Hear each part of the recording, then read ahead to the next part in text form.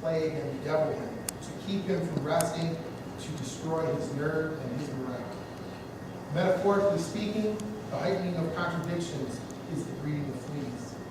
Because of this idea, I want to talk about a way of organizing that we in Michigan have been exploring and developing over the past decade.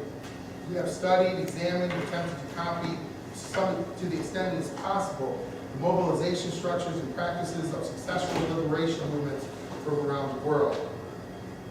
First, I want to say that I'm not a Maoist. I'm going to reference Mao quite a bit, but I'm not a Maoist. I do admire his military genius. I think his social policy might be a little bit according to Edward L. Katzenbach Jr., who served as the Deputy Assistant Secretary of State under President John F. Kennedy, in his very influential essay on the military theories of Mao Zedong, three tangibles of warfare are the weapons system, or the instruments of war that have given a sole possessor a moment of military supremacy. There's the supply system, the logistics in the broadest sense, and third, there is manpower. Mao chose to develop his revolutionary theory focusing on the three intangibles of warfare: space, time, and will. Katzenbach writes that the basic premise of this theory is that political mobilization may be substituted for industrial mobilization. Mao's military problem was how to organize space so that it could be made to yield time. His political problem was how to organize time so that it could be made to yield will, that quality which makes willingness to sacrifice the order of the day. Mao's real military problem was not that of getting the war over with, the question to which military thinkers have directed the greater part of their attention, but that of keeping it going. Today, within this emerging indigenous Chicano movement, we suffer at times from unrealistic expectations about the roles and activities we should be undertaking at this point in our national liberation struggle. Space plus time equals will is an important equation from Katzenbach's analysis of Mao's guerrilla theory that can help place our own movement within a realistic context of what constitutes appropriate action at this juncture. As we examine ideas and events that must be developed, we have the opportunity to decide for ourselves how we will do that. Mobilization of the people happens through political organizing and education around a clearly articulated cause. This articulation happens over a period of time when the insurgent chooses a cause, in this case, the cause of national liberation, that they must, of course, be able to identify himself totally with, or more precisely, with the entire majority of the population theoretically attracted to it. That's a quote from a book called Counterinsurgency, written by a man named David Galula, who was a French lieutenant in the Algerian War. It was the first modern text of counterinsurgency. It's a fascinating book. Protracted war. The goal of the revolutionary is not to produce a quick military decision, but rather how to avoid military decision. According to Mao, in the beginning of a revolution, there is merely a struggle for the minds and the legions of people through political education. Only fighting when victory is assured. It is a waste of time and resources to engage our opponents in a losing battle. We squander precious time and money defending ourselves in court with unnecessary arrests and involvement with the legal system, wasting valuable resources which should rightly be directed toward building the will of the people rather than making personalized political statements. Picking targets in advance. This demands that we know our targets. It means planning, organization, and determination. It means that we have thoroughly studied and understand those that oppose us and that we have committed ourselves to opposing them. Use psychological warfare. This means, of course, that you know and understand the principles of psychological warfare. It means that you have developed an organization that has stopped responding to aggression and is being directed by a Mesoamerican agenda determining its own direction. Equip your forces from defeated enemy forces. Within the context of our struggle, this could mean so many things. How are students at universities using those resources that are at their disposal to promote the struggle? How are we using our own education to equip our forces? Is it everyone for themselves, or are we using every piece of equipment we have gained from our colonizer to bolster our position? Employing unconventional forces and tactics. Training is key. It is not enough to be young and energetic. If your 16-year-old son or daughter came to you and said, I want to get married, right, and start a family, you would be alarmed, to say the least. The same is true in our struggle for justice. We cannot afford to place the burden of leadership on young people who have not, who just simply do not have the experience. It is an abdication of our responsibility when we do that. We must be involved in the struggle ourselves. We cannot say that the students will lead the way and then step back and then think to ourselves, I don't understand why that didn't work. It didn't work because we doomed it from the beginning. It is a total mobilization of the community. Using overwhelming force. Always remember the phrase, we came to win.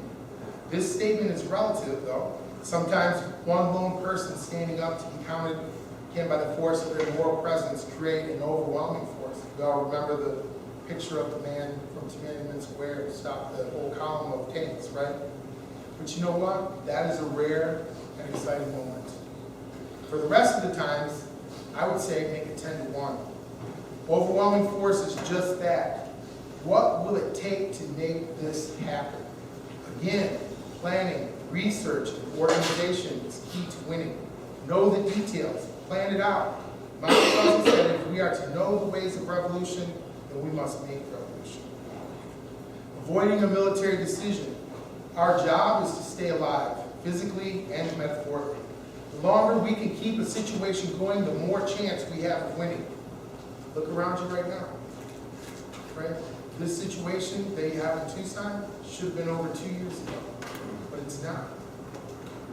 The longer this situation lasts, the more chance there is that we will win. This system outside of the courts demands always a quick resolution in terms of damage control. This is one reason why, as a movement for a better world, we have to turn our back on issue-oriented organizing.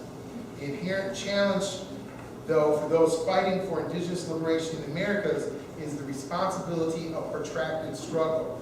This means a lifetime of struggle. It means that the crushing desire on the part of civil society to placate and to smooth over problems is the dominant discourse, and it takes tremendous effort to resist this very human tendency towards settling conflict. And understanding the equation of space plus time equals will. Examining the history of guerrilla warfare is important in developing new avenues of resistance and correctly discerning the present situation of the Chicano movement. Based on the acknowledgement of industrial inferiority, the Vietnamese people and leaders approached the development of political will in their war with the French and the United States as necessary to national survival. Political will. Not tanks, not guns, not big new buildings. Political will. While the French and the U.S. were fighting to, quote, control the national territory, the guerrillas were interested only in winning its population, Tabor writes. This being the essential distinction between conventional and guerrilla warfare, quote, the army fights to occupy territories, roads, strategic heights, and vital areas. The guerrilla fights to control the people, without whose cooperation the land is useless to its possessors. In other words, a people's war produces military power as a consequence of the political mobilization of the people by the army. Political mobilization. This is why Vietnamese General Vo Nguyen Giap, this gentleman right here, who defeated the French and then defeated the United States later, wrote, the main responsibility of a people's war is to first, quote, educate, mobilize, organize. Sounds slightly familiar for those of you who have been in the Freedom Summer message meetings. And arm the whole people in order that they might take part in the resistance. They form a people's army, which according to Mao is not an instrument of the state, but the essence of it, its spirit, its life, and its hope. Third world liberation theorists and revolutionary Frantz Fanon outlines this confrontation when he writes, "The last battle of the colonized against the colonizer will often be that of the colonized among themselves." So I want to read that to you one more time, so you understand who you're going to end up fighting in the end. The last battle of the colonized against the colonizer will often be that of the colonized among themselves. Certainly the political crisis of a colonized people moving towards national liberation while building alternative political and educational structures that facilitate change and support indigenous resistance to colonization is the inevitable response of a people's return to history. Fanon's description of the phases of literary development native or colonized people must pass through before they arrive at the moment of national liberation is unmistakable. He's very clear. He writes, the first phase, the native intellectual gives proof that he has assimilated the culture of the occupying power. And remember that Fanon is talking about the literature that's produced by the colonized. In the second phase, he says that we find the native is disturbed. He has decided to remember what he is. Sometimes this literature of just before the battle is dominated by humor and allegory, but it is often symptomatic of a period of distress and difficulty. In the third phase, which Fanon calls the fighting phase, the native, having tried to lose himself in the people and with the people, will, on the contrary, shape the people. Chicano indigenous scholars and organizers working toward a framework of national resistance are clearly situated within the context of Fanon's writings when he says, quote, "At the beginning, the native intellectual used to produce his work to be read exclusively by the oppressor, whether with the intention of charming him or denouncing him through ethnic or subjectivist means. Now the native writer progressively takes on the habit of addressing his own people." Right? Mexican American Studies in Tucson? Who is that talking to? We're not trying to explain ourselves to the people that run this country, right? It's not multicultural day at Choya High School. I mean, those classes were created, and the pedagogy that comes to those classes speaks to the people. It speaks to the people. It is very clearly moving towards, at least in this particular part, what Fanon calls the fighting phase. I mean, it's unmistakable. Chicano and indigenous scholars and organizers are once again addressing their own people, moving toward a period of intellectual development in opposition to their colonization that Fanon calls the literature of combat, in the sense that it calls on the whole of the people to fight for their existence as a nation. This fight for existence is expressed through the indigenous sovereignty of the Chicano people in the United States and is the foundation of true social and political change for Chicanos and other indigenous peoples. Low-intensity organizing endeavors to build intentional communities within greater communities. The motivating force behind low-intensity organizing is to constantly challenge the status quo as to the treatment and economic status not only of Chicanos and other indigenous people, but all oppressed peoples.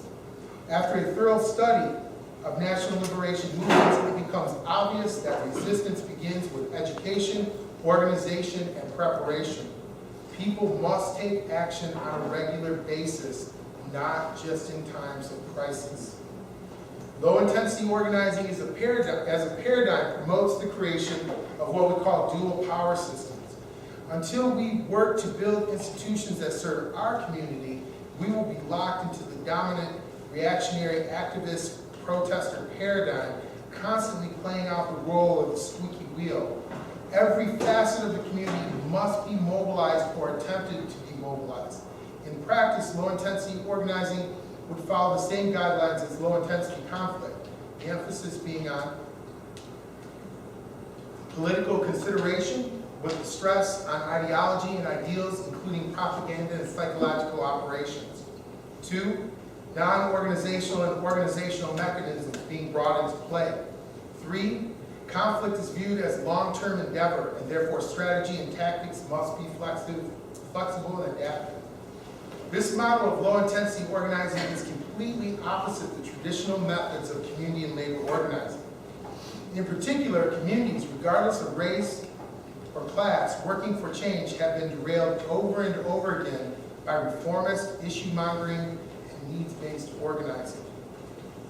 Low-intensity organizing should begin to build what Fanon termed a new revolutionary culture, to replace our existing colonial culture and its twisted institutions. It is not that our culture lacks organizations. We have countless reformist organizations that seek change through accommodations with the dominant power. Our community lacks the resolve to construct new paradigms after being beaten into this position of submission during 500 years of occupation. So as a reaction to our own submissiveness, we fixate on the reformist idea of self-defense, and in doing so fail to understand that, quote, self-defense does not aim at military supremacy for the exploited, and consequently does not aspire to organize itself. What is our objective then? Clearly it must be the conquest of political power. Protracted, low-intensity organizing based on the principles of revolutionary political mobilization could, in time, generate enough of a challenge to colonial U.S. hegemony that effective movements of national liberation could be created. The primary goal of low-intensity organizing is to politically educate the people, since it has been shown repeatedly throughout the world that no substantial change or action can be supported to its conclusion without the understanding and support of the community. This is the first step. Education and understanding of our personal relationship to the superstructure is paramount. Chicano scholars, like so many others today, with the proof of a small but growing cultural, political, and physical resistance in plain sight, continue to downplay the reality of nation by employing liberation rhetoric solely in terms of identity and personal development. The role of the intellectual in creating nation, culture, and resistance is important, as Fanon writes. A nation which is born of the people's concerted action and which embodies the real aspirations of the people while changing the state cannot exist save in the expression of exceptionally rich forms of culture. End quote. This is the core concept many scholars and organizers fail to understand. Nation and culture go hand in hand. If you are involved in the creation of Chicano culture, you are integral to the creation of the Chicano nation. These are dynamic processes that move people toward their goal of liberation.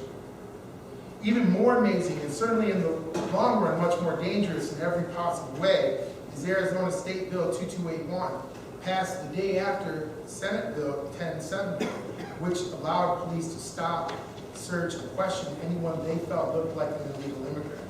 House Bill 2281, which is now ARS 115-10, bans the teaching of Mexican American studies at any school receiving state funds.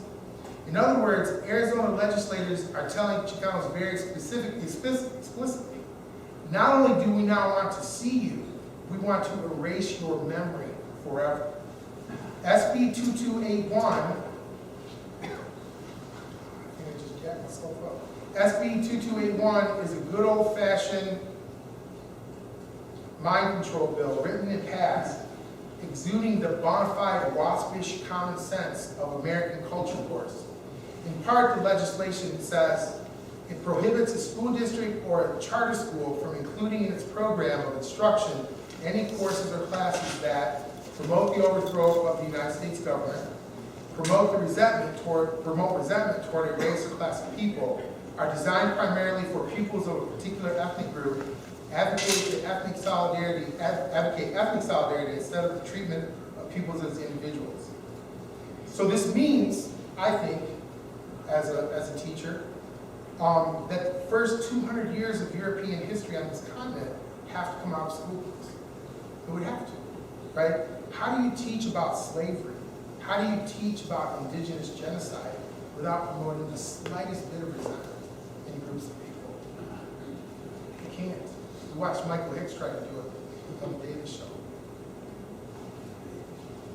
Both of these laws and their wording have been discussed endlessly on blogs and news forums for the past several months, so I'm not going to try to do a textual analysis of either one of them, but to me this whole thing is very much obviously a continuation of U.S. immigration policy directed towards Mexicans since 1848. The fact that some Chicano and Mexicano representatives supported the two Arizona bills is only evidence of the colonial project and its success among the indigenous population.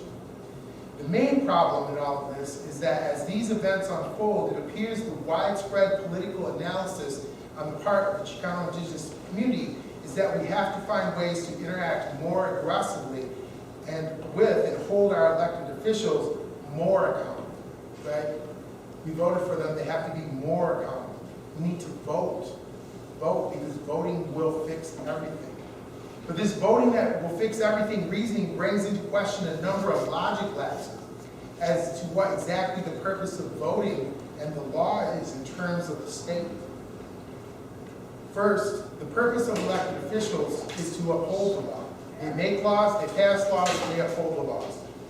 In all societies, and particularly those where civil society is strong, the law always acts to preserve the state and its power. That is why the law is there. It is for the preservation of the state. Arizona State Bill 2281 does just that. It is a law that was enacted to preserve the state. 2, maintaining an ideological control over our conquered and colonized population is paramount to the continued economic exploitation of that group. Any type of studies program that offers an alternative, or what I would call a holistic version of history, are inherently oppositional to the common sense version of history taught to generations of U.S. school children and is therefore seditious. I agree with that. Law is not about justice or equality. That is not what the law is about. Law is about preserving the power of the state. It is impossible to legislate either justice or equality. It follows that the force of law then cannot work in any way but to preserve the state. All so-called civil rights laws passed have been reformist at their core. Their function was to preserve the order of the state. And that's not to say that we have benefited from them. I'm just saying we should be clear about the function that they serve.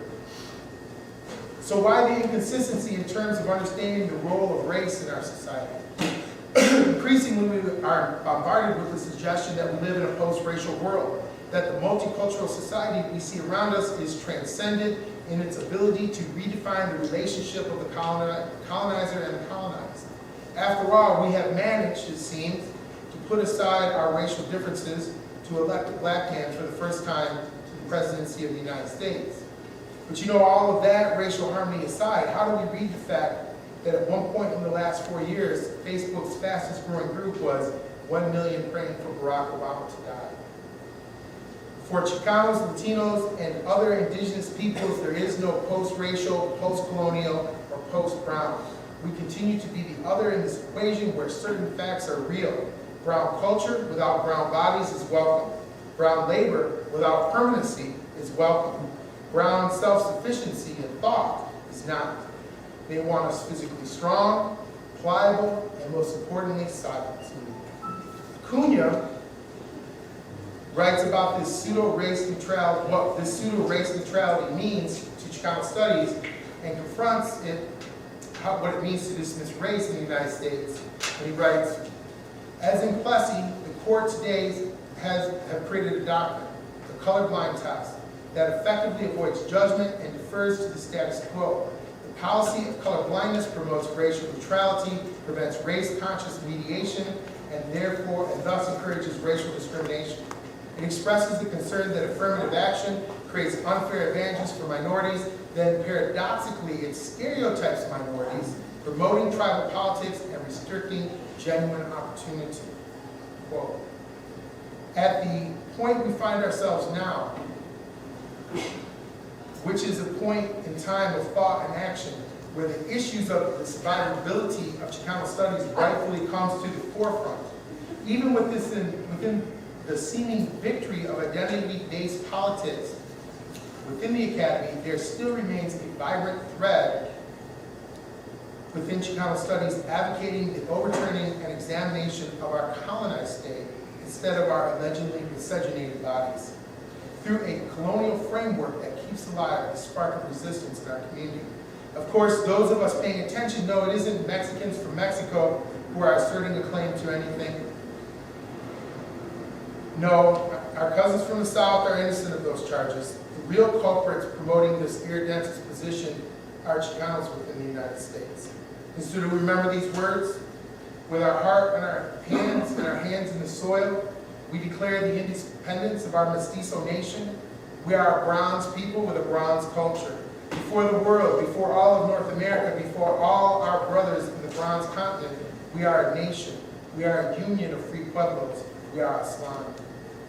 Aztlán, you may ask yourself, who believes in that, really? All that crazy old Chicano hippie stuff from the 1960s. Who believes that anymore? I'll tell you, Samuel B. Huntington believes in it, right? Glenn Beck believes in it. Rush Limbaugh believes in it. Bill O'Reilly believes in it. Tom Horn believes in it. John Rubenthal believes in it. ICE agents believe in it. And all the people who run Homeland Security, they believe in it too. All right? So maybe what we should be asking ourselves is, why white America takes Chicanos learning their history and culture as threatening to their sovereignty, and much more serious than we seem to. White lawmakers have proven how seriously they take Chicano studies. Ask Sean, ask Jose, ask them, two people who are literally battling for their families, their homes, and their lives because they were effective Chicano studies teachers. Ask them how seriously our colonizers take Chicano studies. The next time you see them, ask them. University presidents who tell Chicano students trying to better their program that Chicano studies doesn't belong to Chicanos, it belongs to the university, is further proof of the deep contradictions of inclusion that continue to work against Chicanas and Chicanos, paradigmatically blocking the idea of Chicano ownership in their own studies programs. And as long as we as a community refuse to accept that nation and culture go hand in hand, this lack of ownership will never facilitate a return to history. We are trapped forever in the past, a conquered people with no future and no discernible meaning.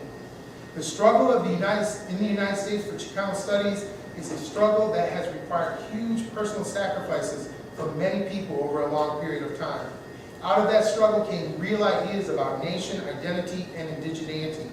The question that remains, and that will continue to plague us until we deal with the power issues created by a colonial system that centered on questions of ownership. Who does Chicano studies belong to? What is the purpose of Chicano studies? Who owns history? It isn't Mexicans that are dreaming of Islam. It is Chicanos born, raised, baked, browned, fired rock hard in this oven of colorblind racial neutrality that are dreaming of a new and better world. The real issue here is who controls the hearts and the minds of the people. Who gets to tell their story? How do they get to tell it? And how does that inform the future that they are trying to build? My question, and I feel it is an important one, is that once this law banning ethnic studies starts to pass all over the country, like affirmative action propositions have, then what? Are we as serious as they are? Are we as serious as they are about developing the will of the people to resist? Thank you.